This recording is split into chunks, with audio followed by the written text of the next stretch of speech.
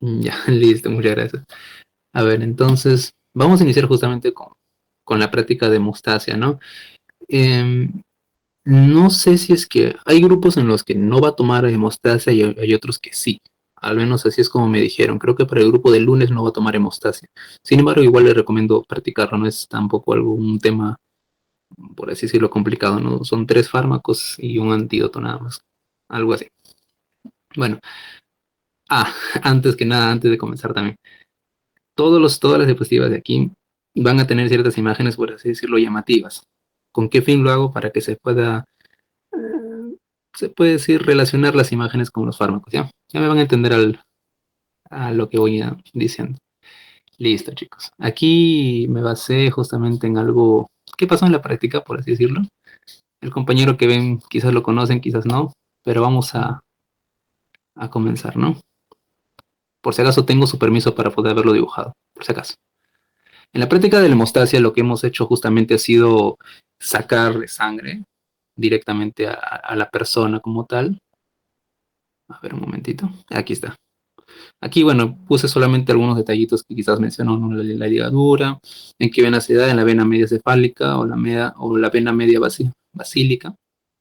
Y bueno, aquí le inyectamos justamente parte de la aguja con el holder y el tubo del vacío, también llamado tubo de Vacutainer, va a salir cierta cantidad de sangre.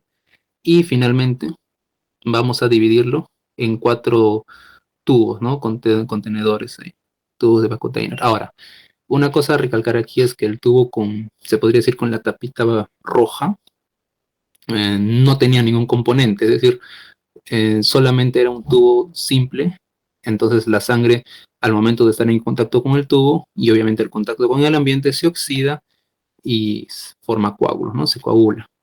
Es una acción coagulante, ¿no? Después de ciertos minutos ya estaba coagulada la sangre. Sin embargo, hay algunos otros tubos de Vacutainer que ya vienen preparados, como es el caso del número 4 que viene en una tapa azul. Por eso lo puse con una tapita azul. Eso es porque este tubo ya tiene, se podría decir, un fármaco, un químico ya hecho, ya preparado, el cual sería el citrato de sodio. Ahora, vamos a ir por partes. El primero, el de tubo rojo, no tenía nada. Entonces la sangre simplemente se coagulaba porque se oxidaba como tal. El segundo tampoco no tenía nada. Sin embargo, le aumentábamos heparina sódica por 0,1 mililitros, ¿no? El tercero era sangre también normal en un tubo cualquiera, con tapita roja, por así decirlo, pero le agregábamos enoxaparina de 0,1 mililitros. Y el último, no le agregábamos nada, pero ya el tubo venía preparado. Por eso es que coloqué sangre más citrato de sodio. Pero no es que hayamos colocado el citrato de sodio, sino que ya venía preparado en el tubo. ¿Ok? Listo, entonces ya tenemos 4 tubitos. Por lo tanto, en la práctica, el primero obviamente se coagula, por eso está dibujado así. En cambio, los 3 siguientes no, debido a que justamente los componentes que tienen son anticoagulantes. Sin embargo, ojo, sin embargo, el citrato de sodio de por sí no se considera un anticoagulante. Un anticoagulante se considera cuando interfiere con la cascada de coagulación. Pero el problema del citrato de sodio, o mejor dicho, el citrato de sodio no interfiere en la cascada de coagulación, sino más bien es un antiagregante. ¿Por qué? Porque va a disminuir el calcio solicitado. Entonces, si disminuimos el calcio solicitado, creo que está en la notita, un momentito.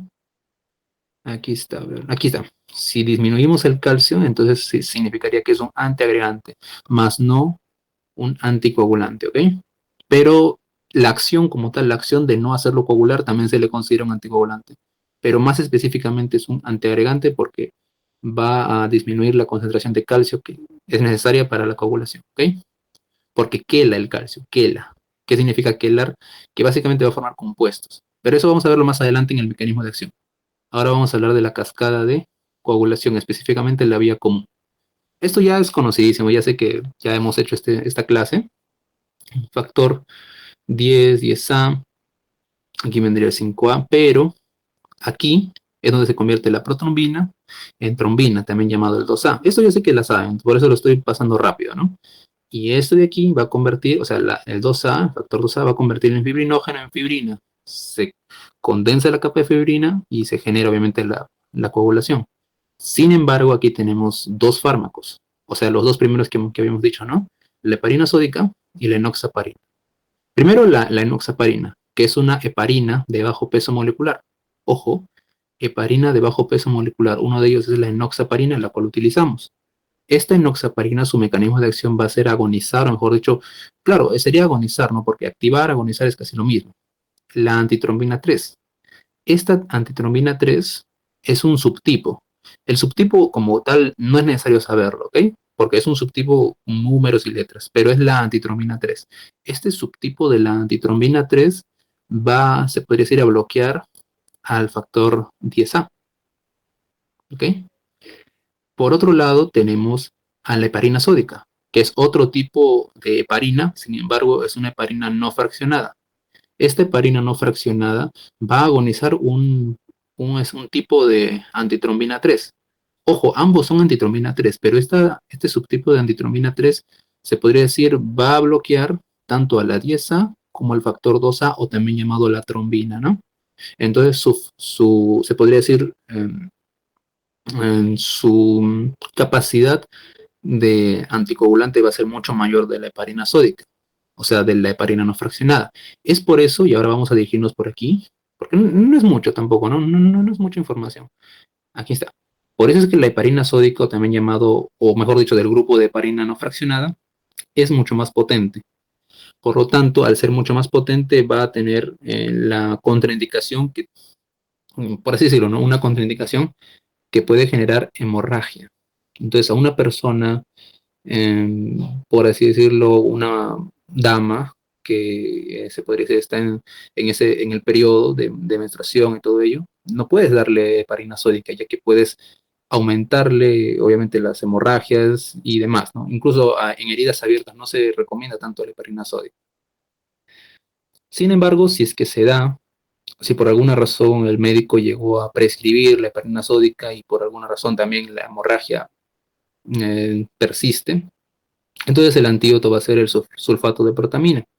Sin embargo, el sulfato de protamina no es, por así decirlo, único en la heparina sódica, o sea, no es específico para la heparina sódica, también puede ayudar contra la enoxaparina. Entonces, el sulfato de protamina va a ser el antídoto para la heparina, ¿ok? No necesariamente una heparina no fraccionada o una heparina de bajo peso molecular. A cualquiera de ambos puede darse. Sin embargo, yo lo he colocado aquí porque al ser el más potente es el que mayor probabilidad de hemorragias y de otras reacciones adversas puede dar, ¿no? Mecanismo de acción, ya hemos dicho, agoniza la antitrombina 3, el cual va a bloquear, por eso le puse una flechita hacia abajo, va a disminuir, va a bloquear el factor 10A y el 2A. En cambio, el de bajo peso molecular, o sea, la heparina de bajo peso molecular, también va a agonizar la antitrombina 3, pero solamente va a bloquear al factor 10A. Y ya habíamos hablado de citrato de sodio, ¿no? Ese frasquito azul, aquí está un momentito, ese frasquito azul que está aquí, que ya venía preparado como el citrato de sodio, que como tal no es un anticoagulante, porque no actúa en la cascada de coagulación, sino es un antiagregante, porque va a actuar en contra del calcio que está justamente dada para la coagulación. Entonces va a quelar el calcio, significa que va a formar complejos. Entonces, el calcio que está, se podría decir libre, el cual va a generar la coagulación, suponiendo que hay 5 calcios, hay que imaginarnos 5 calcios que están libres. Entonces va a venir el citrato de sodio y va a formar compuestos, es decir, va a agarrar el calcio y va a decir, no, tú formas compuesto conmigo, conmigo, conmigo. Entonces va a disminuir el calcio que está libre, por así decirlo, y al no haber calcio, simplemente no va a haber una coagulación. Pero en este caso su nombre sería un antiagregante, ¿no? Porque ya no hay calcio.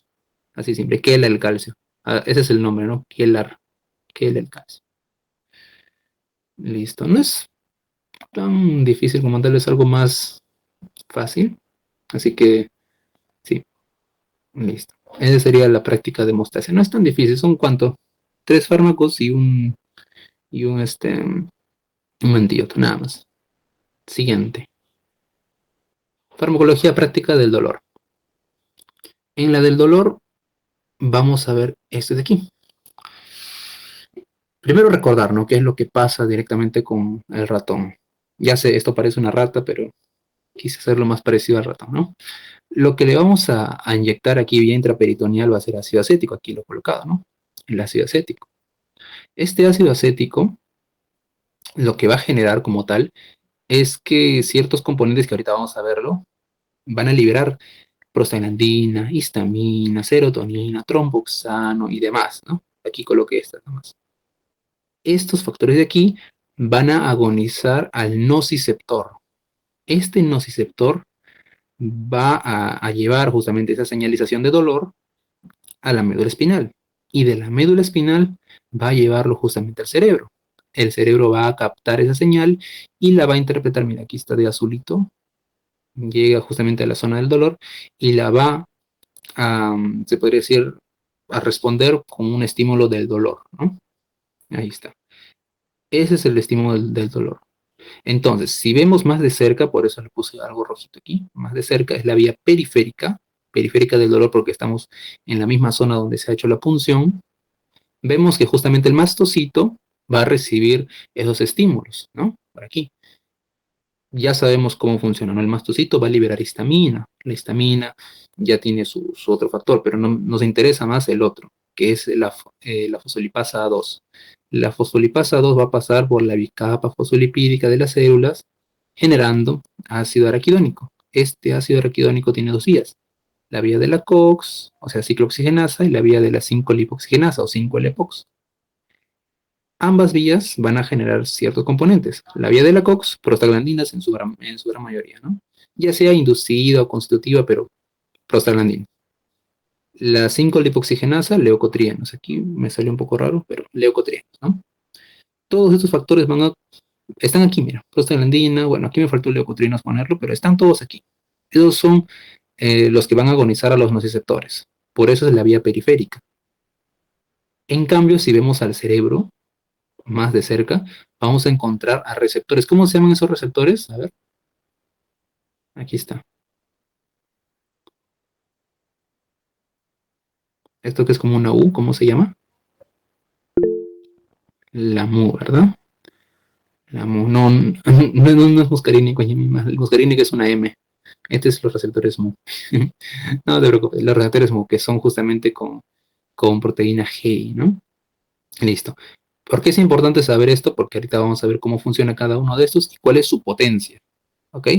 Porque creo que en el examen vino, ¿no? Potencia de la vía periférica es de entre bajo a medio en el sentido del dolor. Y en el central, y obviamente es entre medio a muy alto, porque estamos hablando ya de un opioide o de un receptor opioide o también llamado cannabinoide. También, bueno, es otro tipo de los cannabinoides, ¿no? Pero ya. Entonces, ¿qué es lo que hicimos en la práctica? Ahorita voy a agrandar esto. Primero, tuvimos cierta cantidad de ratoncitos. El primer ratón, que sería el ratón que solamente le íbamos a inyectar ácido acético, ¿qué le pasó? Pues esto, miren. Se administra ácido acético por vía intraperitoneal a un ratón. Pero primero, ¿qué es el ácido acético? Ya, vamos a verlo poco a poco. Ácido acético, cantidad 0.2 mililitros por cada 10 gramos. No creo que pregunte, pero igual lo coloqué, ¿no? Mecanismo de acción es un irritante. No es que va a ir a un receptor y va a agonizar, no. Es un irritante químico. Y eso va a generar justamente irritación en la zona peritoneal, va a quemarle. Y eso es justamente lo que va a activar a los nociceptores. Por eso es que el ratón se, se contorsionaba, ¿no? La parte peritoneal. Lo coloqué así nada más, ¿no? Unas contorsiones, se notaba muy, muy fuerte. Por eso dice, ¿no? ¿Qué observo? Contorsiones muy marcadas, ¿no? El número de contorsiones varía, puede ser incluso hasta 60, dependiendo de cuántos minutos estamos hablando, ¿no? En este caso estoy hablando por unos 10, 15 minutos, ya hacia 60, incluso más. Ahí está. Pero ya el número varía, como tal. Ya, ese es el ratón en el cual lo inyectamos, por así decirlo, solamente ácido acético. Obviamente este ratón ya muere. Es mucho el dolor, es un irritante químico. Es como que yo agarro lejía, claro, con cloro, ya mejor dicho, y directamente te lo inyecto en la vía intraperitoneal, obviamente te va a doler y mucho. Ese es el dolor que sintió el ratón. Luego agarramos a otros tres ratoncitos y antes de darle el ácido acético, porque aquí dice, ¿no? A otros ratones se administra 0.2 mililitros de tramadol 1, tramadol, diclofenaco y metamizol. Entonces, primero vamos a inyectarle, se podría decir, algunos analgésicos y luego de 30 minutos, o sea, luego de haber esperado que haga su acción esos analgésicos, recién se le va a administrar ácido acético para ver cuál es la respuesta. Entonces, al primer ratoncito le hemos añadido un tramadol. ¿El tramadol qué es? Es un opioide. Al ser un opioide va a agonizar a los receptores Mu y esos receptores Mu están justamente en la zona central del dolor. Y ustedes saben que la zona central del dolor es entre un dolor medio a alto. Ahora, si es entre medio a alto, y ese dolor obviamente es alto, entonces el ratón va a estar bien. Por eso es que le puse aquí haciendo un like, porque no va a sentir mucho dolor al menos, ¿no? Un mayor alivio. Solamente para recordar aquí que los receptores Mu van a disminuir el sistema de nitrato ciclasa, van a generar el bloqueo de los canales de calcio y apertura de canales de potasio. Eso ya lo saben porque es algo que se ven en los opioides, ¿no? Pero como tal, es un opioide, tiene un mayor alivio para este tipo de dolores más fuertes. Sin embargo, al segundo ratón le inyectamos diclofenaco, que es un AINE. El AINE ya sabemos que bloquea la COX, ya sea uno o dos, pero es indiscriminado, por así decirlo, a menos que sea un celecoxib, pero en este caso es un diclofenaco. La eficacia para este tipo de dolor es baja, por eso es que el ratón va a seguir con contorsiones. Obviamente ha disminuido el número de contorsiones a lo que sería si no le hubiésemos dado diclofenaco, pero igual, ¿no? Igual sigue habiendo contorsiones, le va a doler, sí o sí le va a doler. Finalmente, metamisol, también llamado dipirona, es un AINE también. Sin embargo, este AINE es algo similar al paracetamol, es decir, que no tiene un efecto, se puede decir, antiinflamatorio muy fuerte. Entonces, el metamisol no va a tener un efecto más eficaz. El metamisol es más que nada prescrito como un antipirético, no tiene tanto efecto en la práctica. Entonces, este metamisol, en comparación al diclofenaco, porque ambos son AINES, ¿eh? Ambos son AINES, pero el metamisol tiene menos capacidad para hacer un analgésico, o mejor dicho, entre comillas, un anestésico, porque es lo que necesitamos, ¿no? Un efecto anestésico para que cede todo ese dolor que está sintiendo el ratón. Entonces, va a bloquear a la COX, obviamente, pero va a tener menos eficacia. Por eso tiene un menor efecto. Aquí le puse menor efecto analgésico, ¿no? Una mucha menor eficacia. Por eso el ratón va a morir también con el metamisol. Listo. Como le digo, la idea es que les quede, más que nada, al menos con los grafiquitos, pero que se les quede un poquito cuál es la eficacia de esto, ¿no? Listo. Aunque aquí también hubiese dibujado al ratón muerto, pero ya bueno, al final se me ocurrió todavía colocarle todo esto. Pero ya al menos la idea se entiende, ¿no? Como tal. ¿Quedó claro, chicos, para el siguiente? ¿Se me escucha?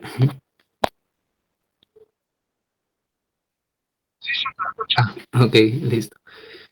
Ya. Bueno, estoy haciendo esto rápido porque no hay mucho, no, o sea, no hay mucho que decir. Creo que lo máximo que va a ser es el último, el de las cepas. Entonces vamos a seguir con la intoxicación por drogas psicoactivas. Aquí no hay gráfico como tal. Es un dibujo que me dio un poco de gracia, así que lo coloqué. Listo.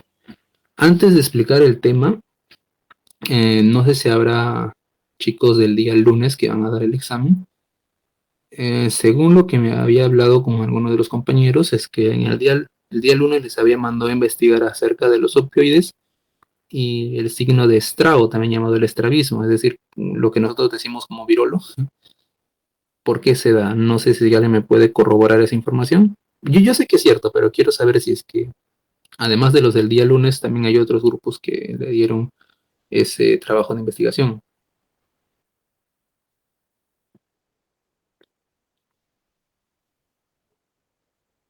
Ya. Bueno, lo decía porque igual lo coloqué aquí. Quizás, no sé, pregunte, no sé, pero igual lo coloqué. Bueno, prosigamos, ¿ya? En la intoxicación por drogas psicoactivas hemos utilizado dos animalitos, por eso la imagen, ¿no? Tanto en este caso al ratón y al conejo. En el caso del ratón, no es tanto así, ¿no? En el caso del ratón hemos utilizado cocaína. Cocaína al 1%, 15 miligramos por kilo, vía intraperitoneal. No es un dato tan importante, pero cocaína. El mecanismo de acción de la cocaína, recordar que tiene dos mecanismos, local y general. En el mecanismo de acción local va a bloquear canales de sodio. Por eso se podría decir que es un anestésico local. Pero a nivel general, que es lo que estamos buscando porque estamos intoxicando al ratón, va a bloquear la recaptación de noradrenalina. Por eso es que el ratoncito empieza a tener esa capacidad de moverse rápido, está totalmente adrenérgico, esa es la palabra, ¿no? Adrenérgico. Por eso, ¿qué observamos? Vamos a ver una hiperactividad, cambios frenéticos en la locomoción, porque va a estar por aquí, por allá, en un momento se para y se va para otro lado, o sea, está totalmente descontrolado. Pero si le inyectamos muchas más dosis, va a provocar convulsiones, ¿no? Por un, ya por eh, por una conducción nerviosa muy fuerte. Listo. Esa sería la intoxicación por cocaína. No hay mucho que decir, la verdad. Es muy sencillo, entre comillas. Por eso creo que añadió cierta dificultad colocándole las cepas. Y la intoxicación por etanol, aquí sí voy a agrandar un poquito, porque la intoxicación por etanol sí hay algunas cositas que quiero aclarar, que en la práctica no se aclaró.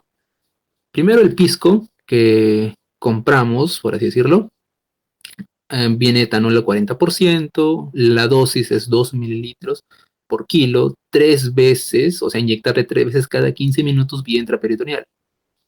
¿Cuál es el mecanismo de acción del etanol? Tiene dos mecanismos de acción, ¿ok? Bueno, tiene solamente un mecanismo, pero el mecanismo que tiene implica dos lugares en el nervio.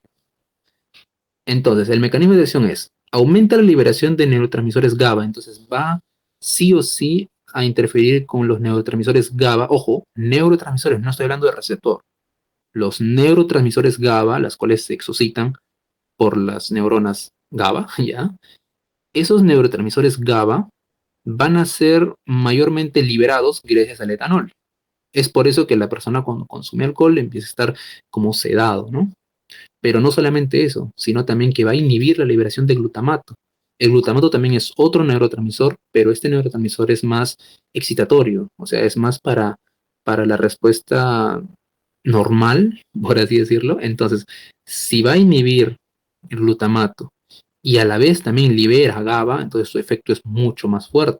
Es por eso que el etanol antes se utilizaba como un sedante, también para el caso de intervenciones quirúrgicas, aunque luego vieron que provocaba dependencia, entonces mejor lo retiraron, ¿no?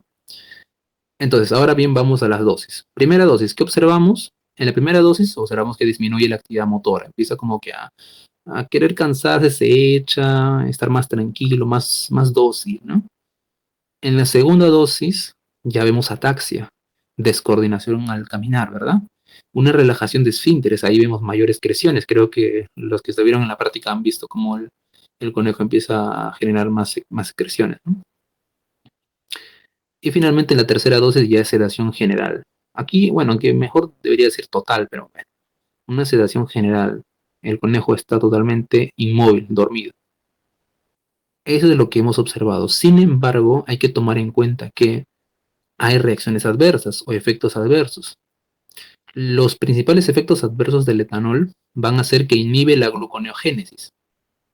Y eso, si alguien recuerda de los antihiperglicemiantes, recordará que hay dos vías, ¿no? De la formación de lo que es la glucosa. La glucosa va a tener dos vías, una vía de la gluconeogénesis, es decir, que se va a guardar, o la glucólisis, que sería cuando se va a, como su propio nombre dice, ¿no? Lisis, se va a destruir para generar ATP. Entonces, si este va a inhibir a la gluconeogénesis, significa es que se va a aumentar la vía de la glucólisis. Si se aumenta la vía de la glucólisis, significa que va a utilizar mayormente toda la glucosa que hay, la va a utilizar. Es por eso que en una primera instancia, alguien que consume alcohol mayormente va a estar hiperactivo, se siente empoderado, por así decirlo. Pero al día siguiente o a la semana, si sigue consumiendo más y más, va a generar un cuadro grave de hipoglicemia. Su glucosa va a estar muy baja, porque ya ha gastado bastante glucosa. Otro factor adverso es la deficiencia de vitamina B6. En realidad, el libro lo denomina como vitamina B en general, pero el que más nos va a importar es la vitamina B6. ¿Por qué? Porque la vitamina B6 está directamente comprometido con la formación de los neurotransmisores GABA. Es decir, mira, les voy a explicar rápidamente, ¿no? El mecanismo de acción del etanol, ya habíamos dicho que va a aumentar la liberación de neurotransmisores GABA. Es decir, va a haber una producción masiva de neurotransmisores GABA. Pero los neurotransmisores GABA no vienen de la nada, no es que yo digo, ah, ya, quiero más neurotransmisores GABA y se crea de la nada, no. Para ello debe haber algo que los crea, ¿no? Y ese algo es justamente la vitamina B6. Si yo estoy cada rato produciendo más GABA, GABA, GABA, la GABA no es gratis. La GABA viene de la vitamina B6. Y obviamente los neurotransmisores GABA no son como que digamos que cada rato lo usamos, ¿no? Muy pocas veces lo utilizamos en el cuerpo. Pero el alcohol, el etanol, por así decirlo, nos genera una mayor producción de este neurotransmisor. Y como cada rato estoy creando más GABA, entonces me va a generar una deficiencia de vitamina B6, que es su precursor del GABA. Y esa deficiencia puede llevar a neuropatías, una anemia severa incluso. Entonces, para explicarlo mucho mejor, aquí hice dos grupitos, ¿no? De gráficos. El primero, como ya les había dicho, ¿no? La glucosa convertida en piruvato en el hígado va a tener dos vías, ya les había dicho, ¿no? La vía de la glucólisis y la vía de la gluconeogénesis. En la vía de la gluconeogénesis aumenta la glucosa y lo lleva de vuelta a la sangre. Pero el etanol, ya hemos dicho que disminuye esta vía. La vía de la gluconeogénesis la disminuye, la elimina. Entonces solamente nos queda la vía de la glucólisis que convierte el piruvato, previamente glucosa, en ATP. Y este ATP es la que utiliza para seguir y seguir en la fiesta y bailando, todo como dice, ¿no? Pero al final ya no hay glucosa y se va a quedar en un cuadro de hipoglicemia, por eso, hipoglicemia. En la segunda vamos a ver a la vitamina B6, que es el precursor, porque ya les había dicho, ¿no? Es el precursor de los neurotransmisores GABA. Si yo estoy cada rato produciendo GABA y GABA y GABA y GABA, pues, ¿qué va a hacer? O sea, si yo produzco más GABA, este es un más, por si acaso, es un más, solamente que no sé por qué me salió como un 1. Es un más, produce más GABA. Si yo estoy cada rato produciendo GABA, va a haber obviamente una deficiencia de vitamina B6. Entonces, para yo suplir esta necesidad, porque estos efectos adversos nos pueden producir muchos otros efectos adversos más, como ya hemos visto, la neuropatía y la anemia. Entonces, yo voy a introducir fármacos para contrarrestar las reacciones adversas medicamentosas. Y ojo, esto sí lo llegamos a usar en la práctica. No sé si alguien lo recordará. Después de que el conejo ha sido intoxicado por alcohol, le inyectamos una junta de dos fármacos, tanto la dextrosa y la piridoxina. ¿Pero por qué? La dextrosa obviamente es un tipo de, por así decirlo, va a formar glucosa dentro, entonces va a combatir a la hipoglicemia que nos puede generar, ¿no? El tomar etanol, la dextrosa. Y la piridoxina, también llamado vitamina B6, bueno, ya es deducible, ¿no? Si me falta vitamina B6, pues lo inyecto vitamina B6. Obviamente va a ir contra el déficit de vitamina B6 por aumento de los neurotransmisores GABA, porque cada rato estoy más y más produciendo más GABA. Esa partecita se entendió, chicos. Y ojo, eso yo sé que no lo explicó el profesor, pero tuve que sacarlo también de los libros. Es lo que más me demoré en investigar, chicos, la verdad. Así que, ¿se entendió, chicos? Para seguir.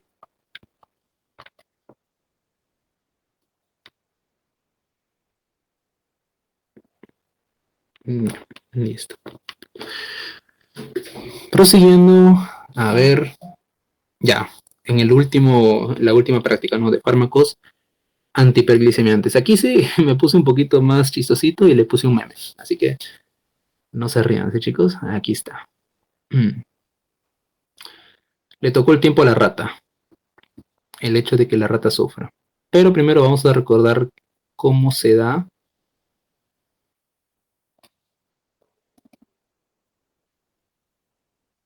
Aquí. Recordando así vagamente, tampoco no es que queremos recordar todo. Pero si quieres recordar todo, normal. Pero es lo más fácil de recordar, por así decirlo, ¿no? La persona, en este caso la ratita, va a consumir almidón, sacarosa y demás, ¿no? Ya sea en la saliva, ya sea en el tracto digestivo, siempre va a haber enzimas alfa-1 glucosidasa. Estas enzimas alfa-1 glucosidasa van a transformar todos estos derivados en glucosa, ¿ok? Esta glucosa, pasado en el intestino, por las criptas del Ibercum, va a ir al torrente sanguíneo, quizá. Aquí está el torrente sanguíneo. Y como estamos hablando de una rata, los niveles aproximados desde entre 100 por ahí, casi similares al de un humano, incluso mucho más, he visto hasta 130 valores normales. Entonces, esta glucosa, al estar en la intemperie, ya en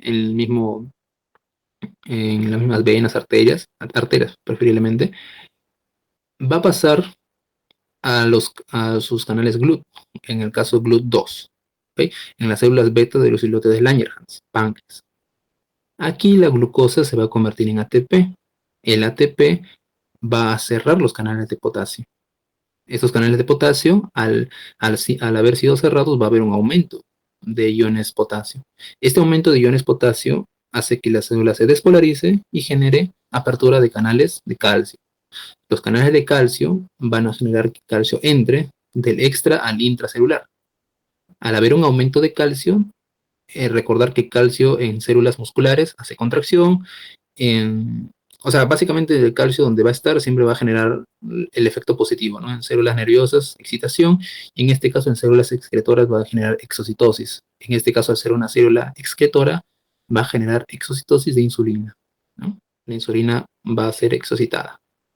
Esta insulina va a pasar a la sangre, llega a sus receptores de insulina, ya en cualquier célula periférica, en este caso, claro, acá no es una célula específica, no puede ser cualquier célula periférica muscular, hepática, hasta la misma pancreática. Pero en este caso vamos a, ya, mira, cualquier célula, no importa. Llega a sus receptores de insulina, activa el tirosinquinasa y luego activa el sustrato similar a la insulina. Esto de aquí va a aperturar los canales GLUT4. Esos canales GLUT4 van a hacer que la glucosa entre aproximadamente un 80%. Y esa glucosa está ahí. Ya la glucosa va a transformarse en lo que sea dependiendo de qué célula periférica es. No es tan necesario recordarse todo el proceso, pero yo les recomiendo que sí. De acá no, obviamente de acá no, sino del anterior resumen, porque ese otro sí está mucho más, por así decirlo, completo. Aquí solamente lo coloqué como para hacer un poco más de énfasis a lo que vamos a hablar, ¿no? Entonces, dicho esto, ahora sí vamos a iniciar, ¿no? Obviamente la rata, que es la que hasta ahora no había sufrido, por eso el chiste de aquí, le vamos a cortar parte de su cola. Al cortar parte de su cola, vamos a medir la glicemia, en este caso la glicemia basal, o sea, la glicemia en la cual estamos iniciando el estudio. Ok, glicemia basal. En este caso, para este ejemplo, aproximadamente hemos puesto el valor que nos dio a nuestra rata, el cual fue el 91 miligramos por decilitro de glucosa, en el glucómetro, ¿verdad? Ahí está su chip, todo lo demás. Listo. Luego de haber medido la glicemia basal, un momentito, ahí está. Vamos a inyectarle dextrosa, ¿verdad? Dextrosa al 33% vía intraperitoneal. 30 minutos después observamos que la glucosa va a aumentar, obviamente. Si es dextrosa va a aumentar la glicemia. En un aproximado de 300, 400, incluso hay otras veces que se aumenta, miligramos por decilitro. Es lo que deberíamos haber visto, por así decirlo en la teoría, porque yo sé que algunos ha aumentado un poco más, quizás mucho menos, pero es la teoría lo que debemos haber visto entre 300 a 400, 350 aproximado, ¿no? Pero aquí le puse 300 para no ser exagerado. Luego de haber visto el resultado, que ya ha aumentado la glicemia, con dextrosa, ojo, ahora vamos a disminuir esos niveles de glicemia con insulina. La insulina se mide en unidades internacionales, eso hay que aclarar. Otra cosita que no aclaró el doctor es que las unidades internacionales van a ser como lo digo, únicas en cada fármaco. Es decir, la insulina, cada 10 unidades internacionales de insulina valen 0,1 mililitros. ¿Ok? Eso es solamente para la insulina. En cambio, si yo te digo, no sé, cotrimazol, no sé, cualquier cosa, ¿no? En unidades internacionales. Entonces no vas a decir, ah, ya, entonces 10 unidades internacionales vale 0,1 mililitros. No, este valor solamente está dada para la insulina, más no para otros fármacos, porque la unidad internacional varía de acuerdo a cada fármaco. Pero el que más se utiliza, como ya les dije, es de la insulina, así que es lo que se debe saber al menos comúnmente, ¿no? 10 unidades internacionales de insulina equivale a 0,1 mililitros. Lo digo también porque quizás nos pueda tomar en el examen práctico cálculo de dosis y con insulina. Aunque no creo que el profesor se pase de malo para no darnos el valor de 10 unidades internacionales, vale 0,1 mililitros, pero por si acaso, ¿no? Siempre ir con la precaución. Entonces, luego de inyectar insulina, sabemos que el mecanismo de acción de la insulina, ¿qué cosa es? Aperturar, bueno, ya agonizar tirosinquinasa, agonizar IRS, sustrato receptor del receptor de insulina, y aperturar los canales GLUT4. Ya, eso ya va a depender cada uno de cómo lo escribe, ¿no? Pero el profesor también corrobora que normal pueden poner que la insulina, su mecanismo de acción sería agonizar los canales GLUT4.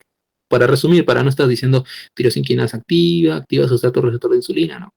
Directamente receptor GLUT4. Pero si quieren colocarlo, o sea, nombrarlo, todo este proceso, genial, mucho mejor todavía. Pero para los que se les, por así decirlo, se les olvide esos nombrecitos medio raritos de tirosinquinasa, lo puse como TK. En el otro resumen lo pueden ver mucho más explícito, ¿no? Pero es TK, tirosinquinasa, y este sustrato receptor de insulina. Sustrato del receptor de insulina, IRS. Pero en resumen, la glucosa, su mecanismo de acción, agonizar o aperturar los canales GLUT4 para que la glucosa que está en sangre entren a las células periféricas y puedan ser convertidas en lo que la célula requiera, ¿no? Listo. Y aproximadamente entre 45 y 60 minutos después, la glicemia va a bajar aproximadamente 120 a 110 miligramos por decilitro. De lo que estaba en una glicemia basal de 91, casi se asemeja, ¿no? Esa diferencia ya el mismo cuerpo fisiológicamente ya debe nivelarlo, ¿no? Pero ya la insulina cumplió su función de disminuir lo que estaba muy alto, de aproximadamente 300 a 400, ¿ahí está? A unos valores de 110. Hasta ahí yo sé que está fácil. Básicamente este es un examen casi regalado, chicos. Así que mínimo estoy pidiendo un 15. ¿Y por qué pido mínimo un 15? Porque posiblemente el profesor pueda colocar las 5 preguntas de las cepas. Y las cepas, les voy a ser sincero, puede ser un poquito complicado de entender a la primera, pero yo sé que lo podemos hacer, chicos, todos. Esto yo sé que es regalado porque todos lo hemos visto, así que con tranquilidad aquí, chicos.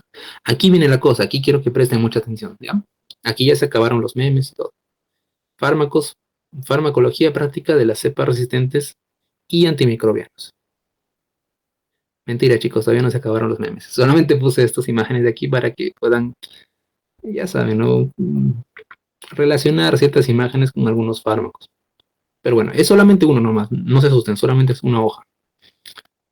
Iniciamos con algunas cepas resistentes. Antes que nada, antes de seguir, ¿alguna pregunta anterior para continuar con las cepas?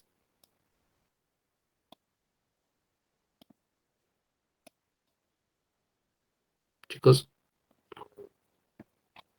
allá. Yemima.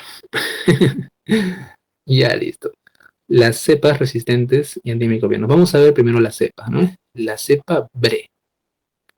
Antes de iniciar con las cepas, disculpen cada rato la interrupción, yo sé que varios chicos hemos, porque me incluyo, ¿no? Hemos investigado y hemos encontrado diferentes resultados en el caso de las cepas y cómo tratarlas. Yo también encontré varios resultados. Es más, los fármacos que estamos viendo aquí, algunos son los que coloqué en la tarea que nos dejó el profesor y algunas no. ¿Por qué algunas no? Porque yo sé que muchos de ustedes habrán colocado fármacos que han estado en estudio, que están eh, en informes médicos, etcétera. O sea, yo sé que hemos investigado y hemos sacado una muy buena conclusión en fármacos. Sin embargo, para este caso, me maté buscando solamente fármacos ya utilizados y ya están, por así decirlo, prescritos para este tipo de cepas resistentes, más no he incluido a los fármacos que están en estudio, que es lo que nos pidió el profesor. ¿Ok?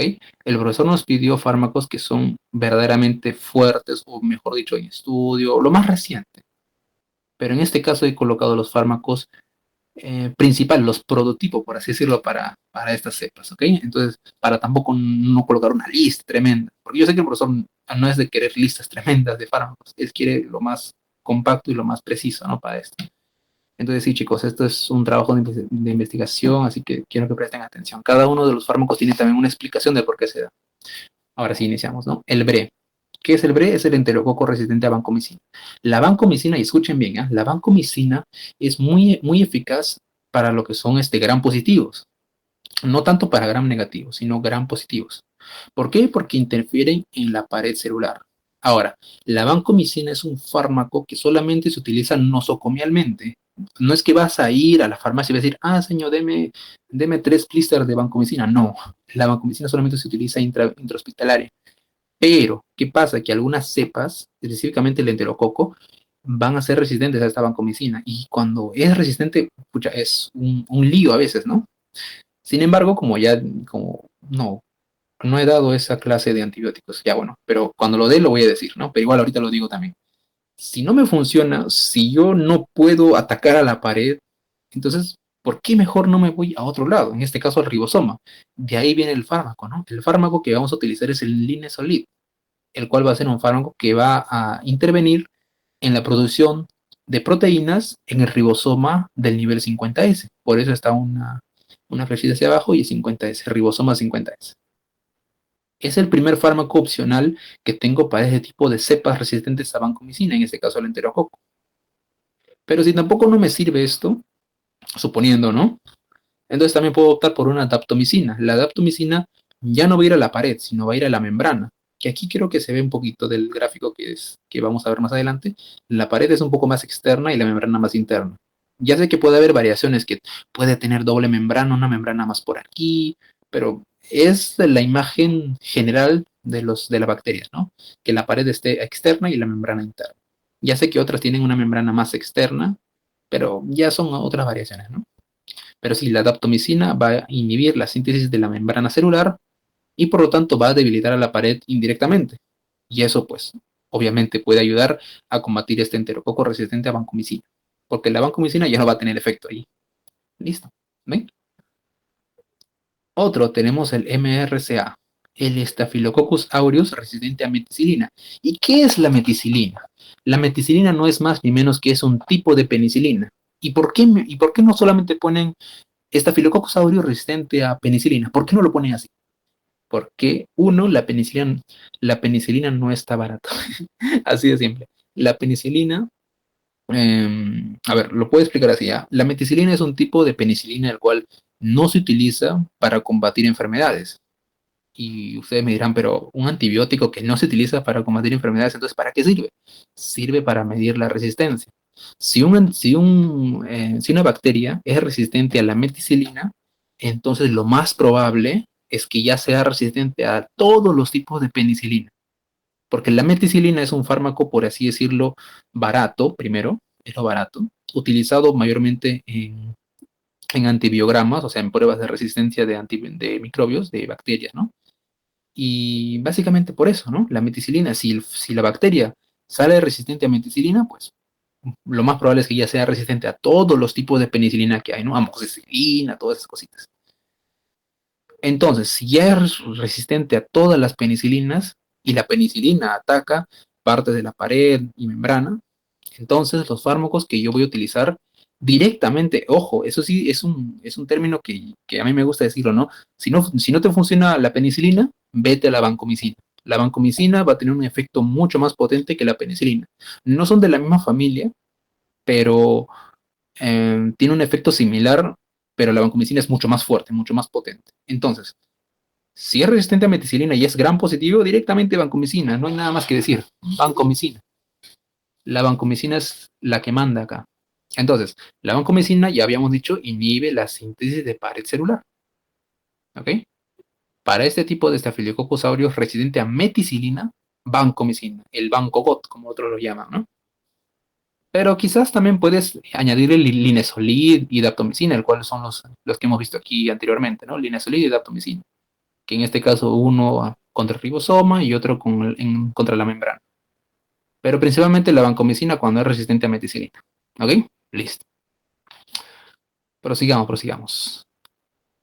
El ble. ¿Qué es el ble? Primero que nada, el ble no se está refiriendo a un tipo de bacteria específicamente. ¿Ok? El ble son beta-lactamasas. ¿Y qué es una beta-lactamasa? Son enzimas que atacan a los beta-lactámicos. Los beta-lactámicos son un grupo muy enorme en el cual ahí están las penicilinas y demás otros, ¿no? Carbapenemos, todos los demás. pero estas beta-lactamasas son de un espectro extendido, o sea, que va a, se podría decir, a eliminar ciertos antibióticos de muchas familias, ¿ok? Entonces, estas beta-lactamasas pueden ser creadas eh, en muchos otros tipos de bacterias. Entonces, las bacterias que producen ble, obviamente son resistentes a todos los tipos de beta-lactámicos. ¿Y cuáles son esas bacterias? Por ejemplo, tenemos a la E. coli o la Klebsiella, que son los más comunes en producir ble, o sea, beta-lactamasas de espectro extendido. Y cabe señalar que este E. coli y Klebsiella son gram negativos. Y si son gram negativos, no le puedo dar vancomicina, así de simple, porque vancomicina no funciona contra gram negativos, solamente contra gram positivos, ya hemos dicho. Aunque sea el más fuerte, el banco O del todo, pero no produce efecto contra gram negativos. Entonces, descartamos vancomicina. Descartamos también penicilina. Y ustedes me dirán, pero Mar, aquí estás poniendo penicilina. Pero ojo, escúchame bien. Descartamos penicilina porque tiene beta-lactamasas. Y esas beta-lactamasas van a inhibir a la penicilina. Pero si yo inhibo a la beta-lactamasa, ahí recién puedo darle penicilina y ahí queda el microbio. Entonces mejor doy una penicilina más un inhibidor de beta-lactamasas. ¿Entiendes, no? Para que la penicilina haga su acción y para que la beta-lactamasa ya no le fastidie. Porque el inhibidor de beta-lactamasa lo va a ayudar, ¿no? A la penicilina. Ejemplos de este sinergismo. Un ratito. Ejemplos, por ejemplo, tenemos a la amoxicilina, un tipo de penicilina de tercera generación, más el ácido clavulánico. El mecanismo de acción, ¿para qué decirlo, no? Penicilina, pared celular. Inhibidor de beta-lactamasas, su mecanismo de acción obviamente es eliminar a las beta-lactamasas de las bacterias. Otro agonismo también podríamos hablar de la piperacilina, que es un tipo de penicilina, pero en este caso sintético, más el tazobactam, ¿ok? Que también es un inhibidor de beta-lactamasa. Estas dos juntas pueden ayudar bastante bien, ¿no? Listo. Luego tenemos otro tipo, el EPC, específicamente del tipo KPC. ¿Y qué es eso? El EPC es Enterobacteria productora de carbapenemasas. O sea, va a producir específicamente carbapenemasas, que son un tipo de enzimas que atacan a los carbapenems, o también llamados los carbapenemos. Pero vamos a ver un tipo. ¿Y quién es ese tipo? ¿Quién es ese tipo, perdón? Va a ser la Klebsiella, que es un tipo de microbio, obviamente, bacteria. Klebsiella pneumoniae carbapenemasa. Entonces, las carbapenemasas son un tipo de enzimas que van a inhibir a los carbapenemos. ¿Y quiénes son los carbapenemos? Al igual que la vancomicina, que es un tipo de antibiótico utilizado nosocomialmente, o sea, en el hospital, también tenemos a los carbapenems, que son también utilizados solamente en los hospitales. Y son fármacos muy potentes. Sin embargo, cuando las bacterias tienen efectos de resistencia, por así decirlo, son muy difíciles de tratar. Entonces, al igual que aquí que estábamos hablando, cuando tienen un tipo de enzima que lo degrada, en este caso era la beta-lactamasa, le doy el fármaco que le ayuda a combatir al mismo microbio y añado un inhibidor de beta-lactamasa. Ese era aquí, ¿no? Aquí igual. Añado el mismo carbapenemo, por ejemplo, el imipenem, meropenem también podría ser. Los carbapenemos son los que terminan en penem, ¿ok? Medio raro decirlo, ¿no? Pero sí, son los que terminan en penem. Y a eso le voy a agregar un inhibidor de carbapenemasas, o sea, el inhibidor de su misma enzima. Y en este caso es el ácido borónico, ¿ok? Tiene variaciones el ácido borónico, pero obviamente pongo el nombre genérico, por así decirlo, ¿no? El ácido borónico más el imipenem. Listo. ¿Ven que es, por así decirlo, deducible esto? Pero créanme que sí es un poquito difícil entender esto cuando por primera vez llevas y ves una tabla enorme y tú dices, ¿qué es esto?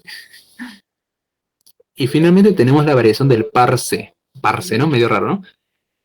El parse es un tipo pseudomona aeruginosa resistente a carbapenemus. Aquí igualito también es casi similar al EPC, pero aquí la diferencia es que, ojo, escuchen, ¿ah?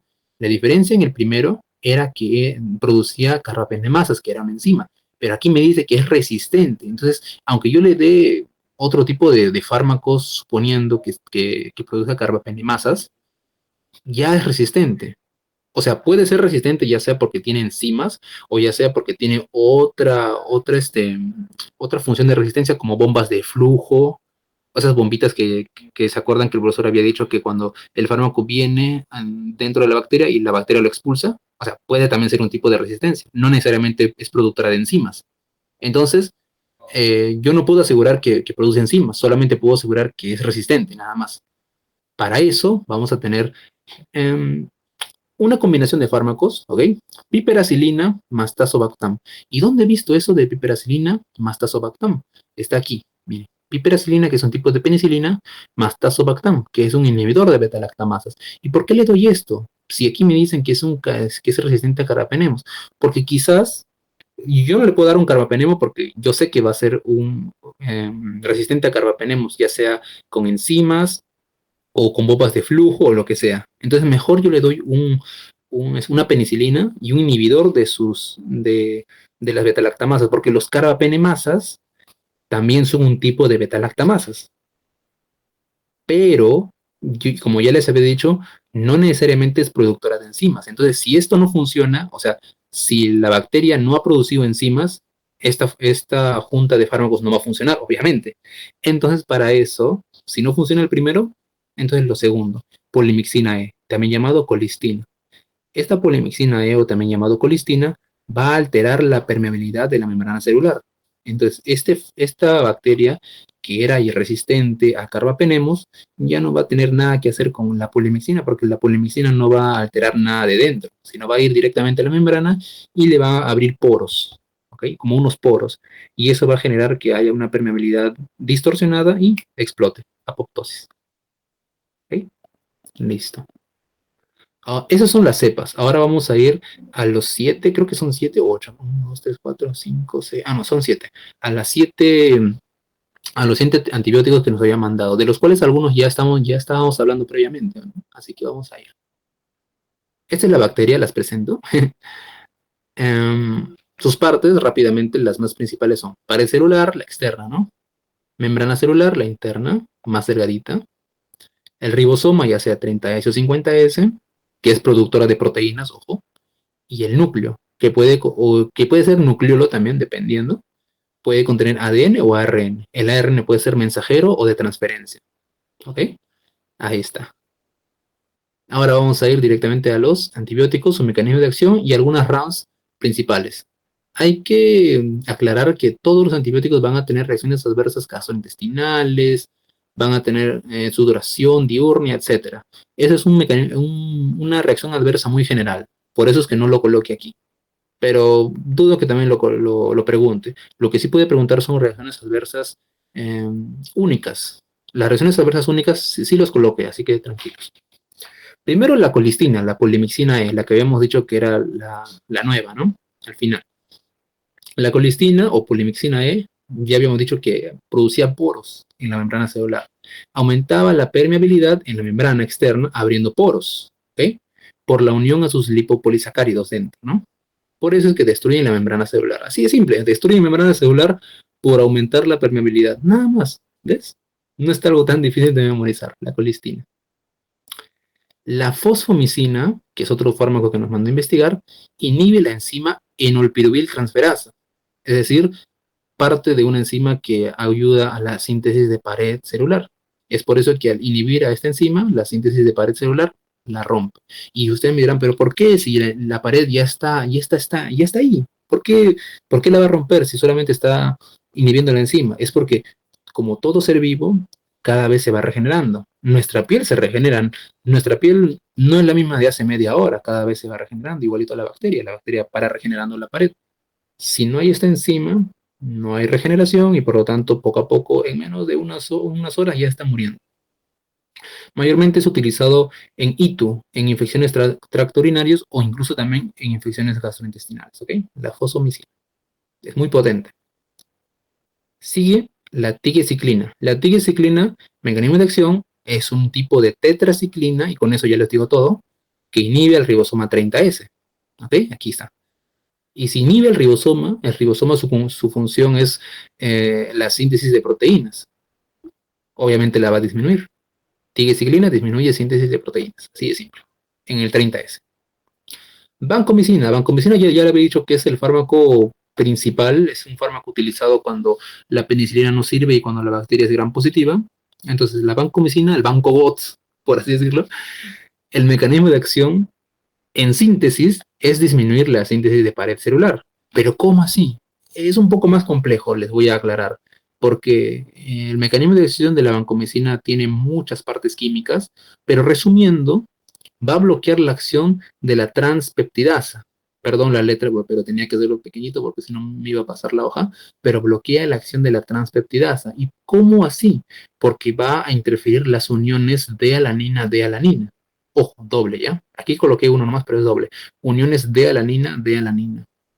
Esas uniones las interfiere, ya no hay transpeptidasa, por lo tanto la carboxipeptidasa tampoco no va a poder unirse a la transpeptidasa y la pared celular ya no se forma. Así de simple.